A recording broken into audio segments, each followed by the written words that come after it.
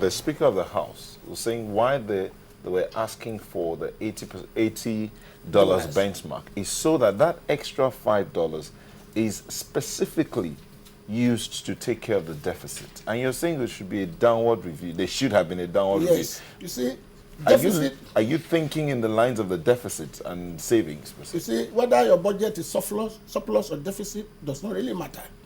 It is the implementation and what you created. Whether you are able to create wealth with it, that's what really matters. So we can be on deficit budget for 10 years. It doesn't really matter. But did you utilize it to create future wealth? That's the question here. So the National Assembly that wanted it to be 80, we understand their position. The position from where they are coming from is they want more revenue to come into the system. You know, when more revenue comes to the system, they begin to ask for more. That is their position. If they are telling us that because they want deficit reduced, I don't believe in that. Their position is all what they can get all the time. You know, most of the people will question that because, you know, even the government, the executive arm of government has also raised concern. We've heard the Minister for the Economy, the Coordinating Minister for the Economy, talk about the rising level of domestic debt. And the government in this particular budget did make some provisions for it. But it seems that the National Assembly is coming with an alternative way. They are saying that you cannot be saving so much when your deficit seems to be rising. And then the Speaker was also quite specific in terms of saying that the government seems to have monopolized domestic borrowing and they want to be able to free up funds for the private sector. So give $5 extra to addressing domestic borrowing by the government so that you can free up more funds for the private sector. Isn't that another way of creating wealth? Well, it could be. There are various options.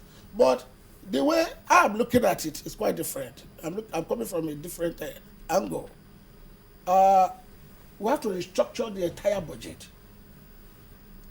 I would have expected the Minister of Economy, when he came on board, that is what I expected, to restructure the economy in such a way that our recurrent expenditure will not be 70%, while the capital expenditure is only 30%. In other words, the cost of governance in this country is too high. But are you not seeing a modest reduction? Yes. I mean, it seems to be coming down a bit gradually. No, that is not significant. 2.8%. It's not. But there's a lot of money we're talking about. No, it's not significant. I can give you the figure. The capital vote for this year is 31.3%, which is 1.5 billion, which is just a slight increase of 2.8%. We are looking at the percentage, you know, and this is not significant. Before you can say something significant, you'll be talking of about 10%. So why the recurrent expenditure came down from 71.5% last year to 68.7% this year, which is just also 2.8%. Well, 2.8% of 4.9 trillion naira, isn't that a lot of money? Last year figure is 4.7 trillion naira. They're almost at par. So it is not significant. If you are talking of 2 trillion naira 2012, and you are talking of 4.9 trillion naira 2013, then that percentage will be significant. But both of them are almost at par. So the 2.8 percentage point is absolute. So to me, it is not significant. What about the budget? Well, the budget is structured. And if you look at it, this cost of governance, about 1 million civil servants, is only even the top excellence of about 10% that is taking the chunk. You structure it. That's what I expected the Minister of Economy to do when she came on board. But instead, they focus on the petroleum sector, removal of subsidy, which we all now are living witnesses that there was not really subsidy. Talk about this aspect, because, I mean, as good as the budget may seem, come across to a lot of people, just as you highlighted initially, if the people out there don't get to see the impact of this budget with all the good preparations and good plan. So what is always the biggest impediment to the people feeling this budget? The implementation.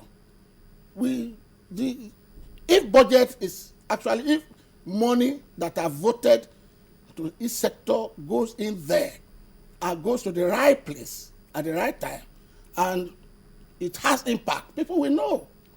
For instance, about 2 weeks ago, the National Bureau for Statistics just woke up and said now our GDP has grown by 6%. You disagree with that? I did. actually. Why? Because how do you just come one day, okay, numerically, maybe your oil money is flowing in, but when you're talking of GDP, you also look at other sectors. What did you use to deliver the growth? Is it the bad roads? Is it the decayed infrastructure? Has there been a significant change? So those are the things to look at. Or is it the standard of living of Nigerians? Or is it the per capita income? Look, there are various indicators that will confirm whatever you claim. You don't wake up because you are running figures. I just say the GDP has grown. But we've seen that, there seems to be a modest revision of the GDP growth rate, taking cognizance of the floods that have happened, in many states across. Isn't that being modest as well? And realistic? They reviewed it from 6.8% to 6.5%. Yes. It's a modest review. Considering how much agriculture also contributes to our total income. But then you also agree with me, 0.03 percentage point. It's not significant. It's too small. It isn't. So if you have expected your growth to be around 11% and you review it to 6.5, then we can say that is significant. No, but we also have to take a look at how much does agriculture really contribute to the entire gross national income. What does it contribute to it? So if we're now revising it down by 0.3% or 0.03, no, 0.03. It's 6.5% compared to 6.85%. Yes. So 6.85 when you deduct 6.5. Yes. From 6.8, that is 0.3. 0.3. No. I'm 0.03. Maybe I'm not getting my maths right. But I would think that 8 minus 5 is 0.3. Yes, it's still the same. Just the same. They are almost the same. So that's what we're saying. So what drives growth? The infrastructure. The roads are so bad. Look at the youth, they're idle. It's a fallback of the idleness of the youth that are witnessing crisis all over the country. That is your workforce. What would you say is the strongest point on this budget? What I just consider, apart from the early presentation. No, what I would consider the strongest point. One of the strong points is that they are conservative about the benchmark price. That is okay, but I would have wanted, a lower figure. They are conservative. They should not dance for the tune of the National Assembly, so that we can create sovereign wealth. That is okay. Then the timely presentation, so that we can begin implementation. That is okay. But even in the budget too, we all know we are still going through the crisis of petroleum products. I didn't see any provision, but then there is no problem because I have done. You didn't see any provision for what? For subsidy? Yes. I didn't. People have said they've seen. I haven't seen that part too. But it's still there. Yes, it's still in the budget. Yes, it's in. Yes. What I just perceive is that if at $90 per barrel, there is still plus or minus. I said this last year.